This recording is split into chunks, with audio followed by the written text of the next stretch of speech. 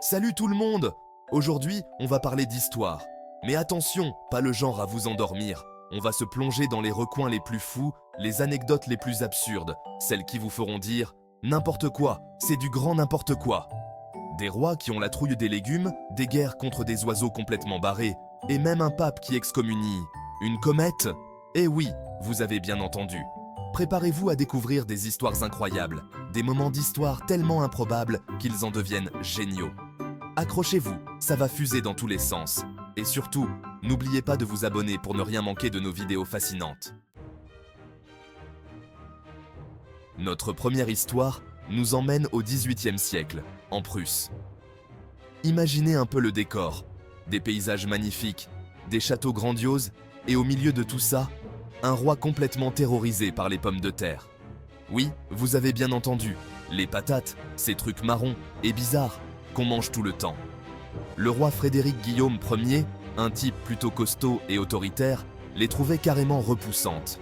Il était persuadé qu'elles rendaient les gens malades, voire fous. Le hic, c'est que la Prusse était régulièrement frappée par la famine. Les récoltes de céréales, c'était pas la joie, et les gens crevaient de faim.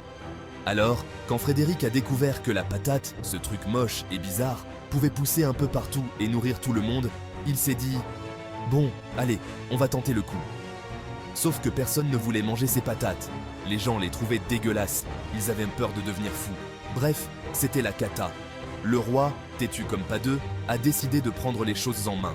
Il a interdit la culture des pommes de terre dans tout le royaume. Il a même fait en sorte que ses gardes patrouillent les campagnes pour arracher les plants de patates qu'ils trouvaient.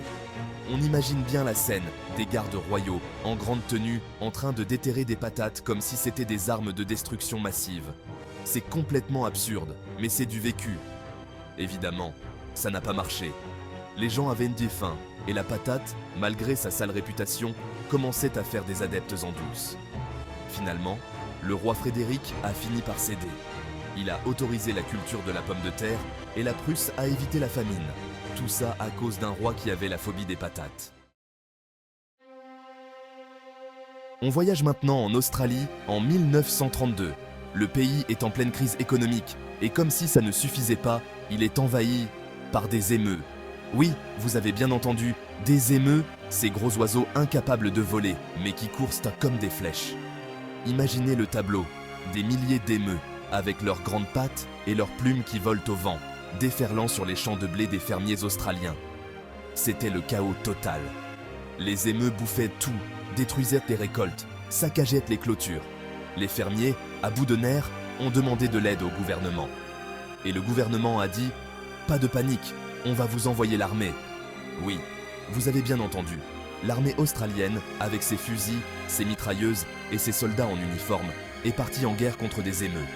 On aurait dit un sketch des Monty Python. Les soldats, armés jusqu'aux dents, ont pourchassé les émeus à travers la campagne australienne. Sauf que les émeus, c'est malin. Ils couraient dans tous les sens, se faufilaient entre les arbres, esquivaient les balles comme dans Matrix. Les soldats, eux, tiraient partout, sans grand succès. C'était la débandade. La grande guerre des émeus, comme on l'a appelée, a duré plusieurs semaines. Et le résultat? Une défaite cuisante pour l'armée australienne. Les émeus, eux, ont continué à prospérer, narguant les humains avec leurs démarches chaloupées et leurs petits yeux malicieux. Cette histoire, aussi absurde soit-elle, nous montre à quel point la nature peut être imprévisible. Et surtout, elle nous rappelle qu'il ne faut jamais sous-estimer l'ennemi, même si c'est un gros oiseau qui ne sait pas voler. Chapitre 3. La bataille épique. De cochons. On reste au XVIIIe siècle, mais cette fois-ci, on traverse l'Atlantique direction les États-Unis. Imaginez, la guerre d'indépendance fait rage. Les colonies américaines se battent pour leur liberté contre la puissante armée britannique. Au milieu de ce chaos, une bataille inattendue va éclater. Entre des soldats et un troupeau de cochons. Oui, vous avez bien entendu, des cochons. Tout a commencé dans un camp militaire américain. Les soldats, épuisés par les combats, avaient reçu une ration de nourriture plutôt maigre, des pois secs. Pas très appétissant, vous en conviendrez. Alors, pour améliorer leur dîner, ils ont décidé de faire cuire les pois avec un ingrédient secret, de l'eau de vie. Le mélange pois-eau de vie a fermenté toute la nuit, et le lendemain matin, les soldats se sont retrouvés avec une marmite géante de purée de pois alcoolisés. Autant vous dire que le moral était au beau fixe, sauf que, par un malheureux hasard, un groupe de cochons affamés rôdait dans les parages. Attirés par l'odeur alléchante, ou peut-être complètement ivres à cause des vapeurs d'alcool, les cochons ont fondu sur le camp et se sont jetés sur la marmite. Les soldats, choqués par cette attaque porcine soudaine, ont tout fait pour protéger leur précieux festin. S'en est suivie une bataille rangée entre les soldats américains et les cochons affamés. On imagine la scène, des cris, des grognements, des soldats qui glissent sur la purée de pois alcoolisés, des cochons qui courent dans tous les sens avec des morceaux de marmite dans la gueule. La bataille a duré un bon moment et on ne sait pas vraiment qui a gagné. Ce qu'on sait, c'est que cet incident insolite a bien fait rire les soldats, leur offrant un moment de répit comique au milieu de la guerre. Chapitre 4. Le pape contre la comète rebelle. Accrochez-vous bien, car notre voyage nous emmène maintenant au XVe siècle, en plein cœur de l'Italie de la Renaissance. Le pape Calixte III, un homme pieux et craint de Dieu, se retrouve face à un ennemi redoutable, une comète. Oui, vous avez bien entendu, une comète. À l'époque, les comètes étaient vues comme des signes divins, souvent de mauvais augure. Et cette comète-là, avec sa longue queue flamboyante qui traversait le ciel nocturne, semait la panique parmi la population. Le pape Calixte, inquiet de voir son autorité spirituelle menacée par cet astre chevelu, a décidé de prendre les choses en main.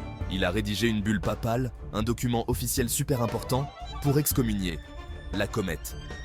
Oui, vous avez bien entendu, le pape a excommunié une boule de glace et de poussière cosmique. Il a ordonné à la comète de quitter le ciel et de retourner d'où elle venait, la menaçant des foudres divines si elle ne s'exécutait pas. On imagine la scène, le pape, vêtu de ses plus beaux atours, lisant sa bulle papale d'un ton solennel, le doigt pointé vers le ciel, tandis que la comète, indifférente à ses menaces terrestres, continuait tranquillement sa course à travers l'espace. Évidemment, l'excommunication papale n'a eu aucun effet sur la comète, qui a continué à briller dans le ciel pendant plusieurs semaines avant de disparaître. Cet épisode, aussi absurde soit-il, nous montre à quel point la religion et la superstition pouvaient influencer les décisions des hommes, même les plus puissants. Et puis, avouez-le, il y a quelque chose de profondément comique à imaginer un pape en train d'excommunier une boule de glace spatiale. Chapitre 5. La danse incontrôlable de Saint Guy. Notre dernier arrêt nous conduit à nouveau au Moyen-Âge, dans une Europe en proie à la peste noire et aux bouleversements sociaux. C'est là qu'une étrange épidémie va se propager, la danse de Saint Guy. Non, ce n'est pas une nouvelle danse à la mode, mais bien une maladie mystérieuse qui pousse les gens à danser de manière incontrôlable. Imaginez des villages entiers pris de convulsions, des personnes se tordant dans des mouvements saccadés et frénétiques, incapables de s'arrêter. La cause ? Mystère et boule de gomme. Certains parlaient de possession démoniaque, d'autres d'une punition divine. Des théories farfelues circulaient, comme celle qui prétendait que la danse était causée par la morsure d'une araignée spéciale. Aucune explication rationnelle n'a jamais été trouvée, mais la danse de Saint Guy a terrorisé l'Europe pendant des siècles. Certains y voyaient une malédiction, d'autres une folie collective. Imaginez la scène, des processions de danseurs hagards parcourant les rues, des musiciens jouant de la musique à tout rompre pour tenter de les apaiser, des médecins dépassés par ce mal étrange. La danse de Saint Guy est un exemple fascinant de la manière dont l'inconnu et la peur peuvent donner naissance à des phénomènes sociaux et culturels étranges et inexpliqués. C'est aussi un rappel que l'histoire est remplie de mystères, de bizarreries et d'événements improbables qui continuent de nous fasciner et de nous interroger aujourd'hui. Conclusion. L'histoire. Un grand cirque absurde. Et voilà. C'est la fin de notre voyage à travers les méandres absurdes de l'histoire. J'espère que vous avez passé un bon moment à découvrir ces anecdotes incroyables, ces moments où l'histoire a décidé de se prendre un peu moins au sérieux. Si vous avez aimé cette vidéo, n'oubliez pas de vous abonner et de regarder notre vidéo complémentaire sur les erreurs historiques les plus hilarantes. On vous promet encore plus d'histoires incroyables, de personnages hauts en couleur et de situations rocambolesques. L'histoire, ce n'est pas que des guerres et des traités ennuyeux. C'est aussi une succession de moments improbables, de coïncidences incroyables et d'anecdotes hilarantes. Alors restez curieux, continuez à explorer le passé et n'oubliez jamais que la réalité est souvent bien plus drôle que la fiction.